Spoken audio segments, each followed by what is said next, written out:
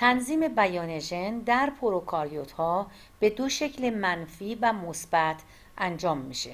الان در این شکل ما میخوایم تنظیم منفی رو بگیم که چگونه تنظیم منفی بیان ژن صورت میگیره و منظور از منفی چی هست.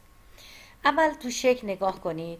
اینجا شما 3 تا ژن میبینید که این 3 تا ژن مربوط به تجزیه لاکتوز هست. هر ژن در واقع یک رشته، یک آنزیمی رو میسازه که در مجموع این آنزیم ها در تجزیه قند لاکتوز مؤثرن. حالا چرا لاکتوز؟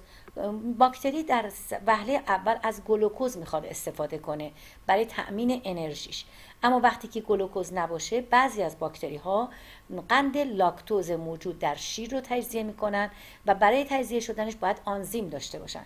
زمانی که این قند وجود نداره تو محیط و ما لاکتوزی نداریم تو محیط، بنابراین نبایستی این ژن ها فعالیت بکنن. پس در اینجا بایستی ژن غیر فعال باشه.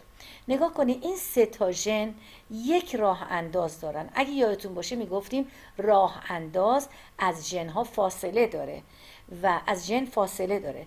بین راه انداز و اولین ژنی که میخواد در تجزیه لاکتوز مؤثر باشه یک توالی نوکلئوتیدی وجود داره به نام اپراتور.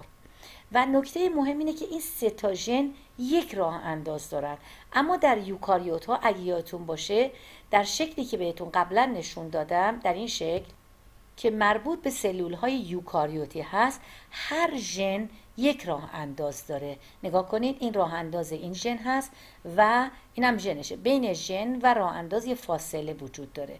نگاه کنید باز دوباره اینجا این ژنه و اینم راه اندازش هست. پس در یوکاریوت ها قطعاً برای هر ژن یک راه انداز وجود داره، ولی تو این شکلی که الان بهتون نشون دادم، یعنی این شکل، میبینید که برای 3 تا ژن یه دونه راه انداز هست. خب پس این تفاوت پروکاریوت و یوکاریوت رو تو اینجا میخواستم یه نکته هست براتون بگم. خب روی قسمتی که بین راه انداز و اولین ژن هست توالی نوکلئوتیدی وجود داره به نام اپراتور. وقتی که این ژن نباید فعالیت کنه، این پروتئینی به نام پروتئین مهار کننده روی اپراتور قرار میگیره. میدونید که آنزیم رنابسپاراز اگه بخواد از ژن رونویسی کنه باید روی راه انداز قرار بگیره و از اولین ژن ساختاری شروع کنه به رونویسی کردن. ولی وقتی که بین راه انداز و اولین ژن ساختاری یک مهار کننده روی اپراتور قرار گرفته، مهار کننده نقش یک سدی رو داره که مانع از حرکت رنابسپاراز میشه. بنابراین در اینجا فعالیت رنابسپاراز مهار میشه و رونویسی از ژن صورت نمیگیره و آنزیم هم تولید و پروتئین یا همون آنزیم مورد نظر هم تولید نمیشه. خب اما این در این حالت میگیم رونویسی انجام نمیشه و در این حالت ژن غیر فعاله. اما در این حالت زمانی هستش که لاکتوز وارد محیط شده، حالا باکتری بایستی از لاکتوز استفاده کنه، احتیاج به آنزیم تجزیه کننده لاکتوز رو داره. پس باید از این ژن ها رونویسی صورت بگیره.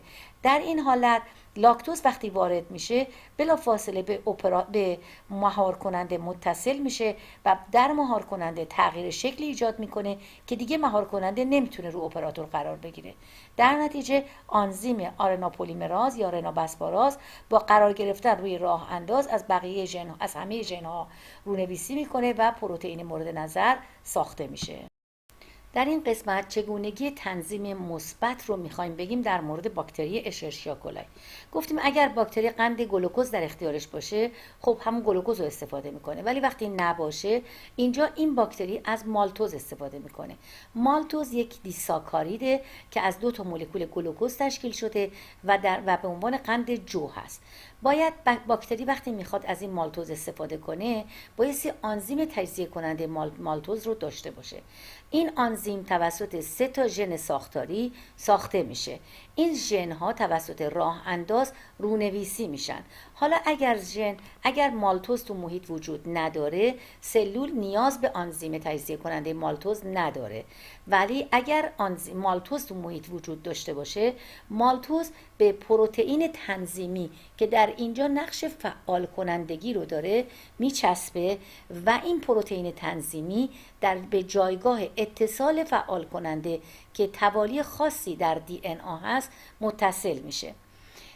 این جایگاه در واقع در جایگاه فعال این پروتئین فعال کننده قرار میگیره و خود پروتئین فعال کننده از طرفی به رنابسپاراز متصل میشه. رنابسپاراز هم به این ترتیب روی راه انداز قرار میگیره و از قسمت‌های و حرکت میکنه، از 3 تا ژن مورد نظر رونویسی میکنه. دقت کنید اینجا هم هر 3 تا ژن یه دونه راه انداز داره، همونطوری که در مورد لاکتوز گفتیم. در اینجا نگاه کنید پروتئین تنظیم کننده نقش فعال کردن رو داشت و در مورد لاکتوز پروتئین تنظیم کننده نقش مهاری داشت. اما عامل تنظیم کننده وجود مالتوزه. اگر مالتوز باشه فعالیت انجام میشه و اگر نباشه این فعالیت انجام نمیشه و آنزیم رونویسی نمیکنه. رسیدیم به تنظیم بیان ژن در یوکاریوت ها.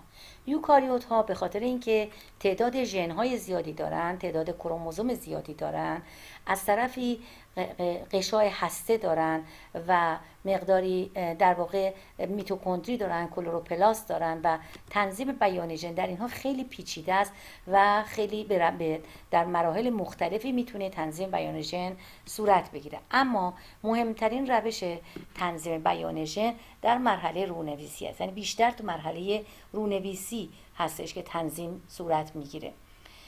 خب برای تنظیم در مرحله رونویسی ما قبل از اینکه این رو توضیح بدیم میدونیم که آنزیم رنابسپاراز نمیتونه به تنهایی راه انداز رو شناسایی کنه. بنابراین به کمک یه سری پروتئین هایی به نام عوامل رونویسی میتونه روی راه انداز قرار میگیره. یعنی عوامل رونویسی خودشون میان روی راه انداز قرار میگیرن و آنزیم رنابسپاراز رو به سمت راه انداز هدایت میکنن.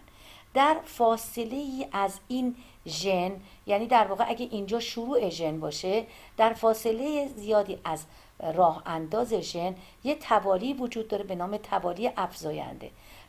روی توالی افزاینده پروتئین هایی میخوان قرار بگیرن، گروه دیگه از پروتئین های عوامل رونویسی قرار میگیرن که اینها وقتی که روی توالی افزاینده قرار گرفتن دوست دارن که به پروتئین های عوامل رونویسی که روی راه انداز هستن متصل بشن. یعنی این پروتئین ها دوست دارن به پروتئین های عوامل رونویسی متصل بشن و در نتیجه در دی ان ای خمیدگی ایجاد میکنن. با ایجاد این خمیدگی رنابسپاراز از اینجا آزاد میشه، یعنی رها میشه و میاد از بقیه ژن، از همه ژن رونویسی میکنه و آر ان آ رو میسازه.